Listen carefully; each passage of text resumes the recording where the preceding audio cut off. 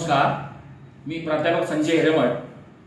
आज तारीख 20 नोव्हेंबर 2024 महाराष्ट्रामध्ये विधानसभेच्या 288 जागांसाठी मतदानाची प्रक्रिया पार पडली। महाराष्ट्रामध्ये होणाऱ्या या विधानसभेच्या निवडणुकीकडे सगळ्यांचं विशेष लक्ष आहे। त्याचं कारण असं आहे की 2019च्या नंतर महाराष्ट्रामध्ये जेव्हा शिवसेनेमध्ये आणि राष्ट्रवादी काँग्रेसमध्ये उभी फूट पडली, त्याच्यानंतर अक्षरशः महाराष्ट्राच्या राजकारणाची खिचडी झाली। त्यानंतर होणारी ही पहिलीच निवडणूक आहे। त्यामुळे केवळ महाराष्ट्राचंच नव्हे तर भारताचंच नव्हे तर जगाचं सुद्धा लक्ष या निवडणुकीच्या निकालाकडे लागलेले आहे। आणि आपल्या अपेक्षेप्रमाणे निवडणूक प्रक्रिया जेव्हा 6 वाजता पूर्ण झाली, त्याच्यानंतर ताबडतोब एक्झिट पोलचे निष्कर्ष बाहेर यायला सुरुवात झाली। त्यामध्ये आपण पण पाहिलेलं असाल की खूप चॅनलवाल्यांनी काटेकी टक्कर होईल असंच भाकीत वर्तवलेलं आहे। परंतु मतदार बंधू भगिनींनो, एका गोष्टीकडे मी आपलं लक्ष वेधू इच्छितो। या एक्झिट पोलकडे कितपत आपण विश्वास ठेवावा हा एक प्रश्न आपल्यासमोर उभे राहतो।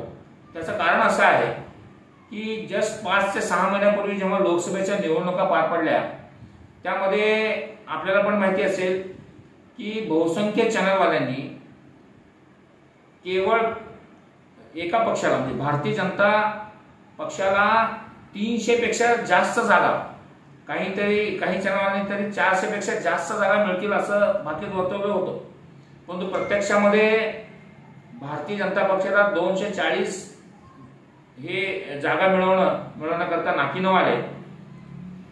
त्याच्यानंतर आणखी उदाहरण मी आपल्याला देऊ इच्छितो, ते म्हणजे नुकतंच याच महिन्यामध्ये 5 नोव्हेंबरला अमेरिकेमध्ये राष्ट्रपती पदाकरता निवडणुका पार पडल्या। त्यामध्ये रिपब्लिकन पक्षाकडून डोनाल्ड ट्रम्प हे उभे होते आणि डेमोक्रॅटिक पक्षाकडून भारतीय मुळाच्या कमला हॅरिस या उभ्या होत्या। आणि त्यांच्यामध्ये सुद्धा काटेकी टक्कर होईल असंच बाकी जगातल्या चॅनलवाल्यांनी दिलेलं होतं।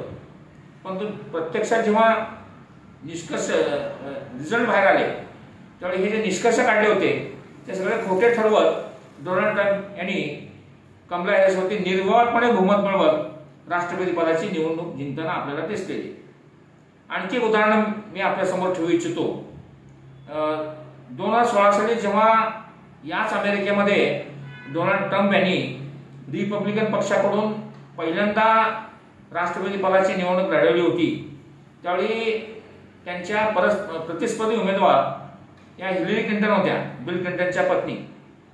डेमोक्रॅटिक पक्षाकडून हिलरी क्लिंटन उभ्या होत्या।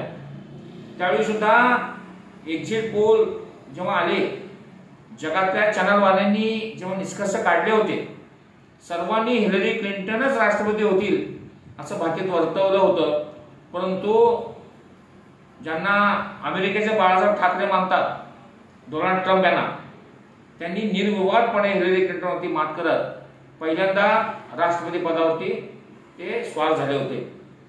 त्यामुळं महाराष्ट्र विधानसभेच्या करता आज जे मतदानाची प्रक्रिया पूर्ण झालेली आहे, त्याच्या एक्झिट पोलवरती किती विश्वास ठेवावा असा प्रश्न प्रत्येकाच्या मनामध्ये पडतो। त्याच्या विश्वसनीयतेवरती प्रश्न निर्माण होत आहेत। त्यामुळं सगळ्यांचे लक्ष येत्या 23 नोव्हेंबर कडे लागलेले आहे। सकाळी 7 वाजल्यानंतर मतगणनेला सुरुवात होणार आहे। मला वाटतं की 12, 1, 2 पर्यंत जवळजवळ पूर्ण चित्र स्पष्ट होणार आहे। तर आपल्याला सुद्धा माझी विनंती आहे की महायुती सरकारमध्ये सत्ता स्थापन करेल का महाविकास आघाडी सत्ता स्थापन करेल, याच्यावरती आपण पण मत जरूर नोंदवावं। कारण 145चा आकडा कडे सगळ्यांचं लक्ष लागलेलं आहे।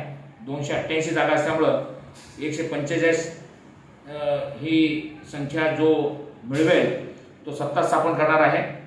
तर चला आपण 23 तारखेकडे लक्ष ठेवून या निकालाकडे वाट बघूया आणि त्याच्यानंतर मी माझा पुढचा व्हिडिओ जारी करेन. धन्यवाद.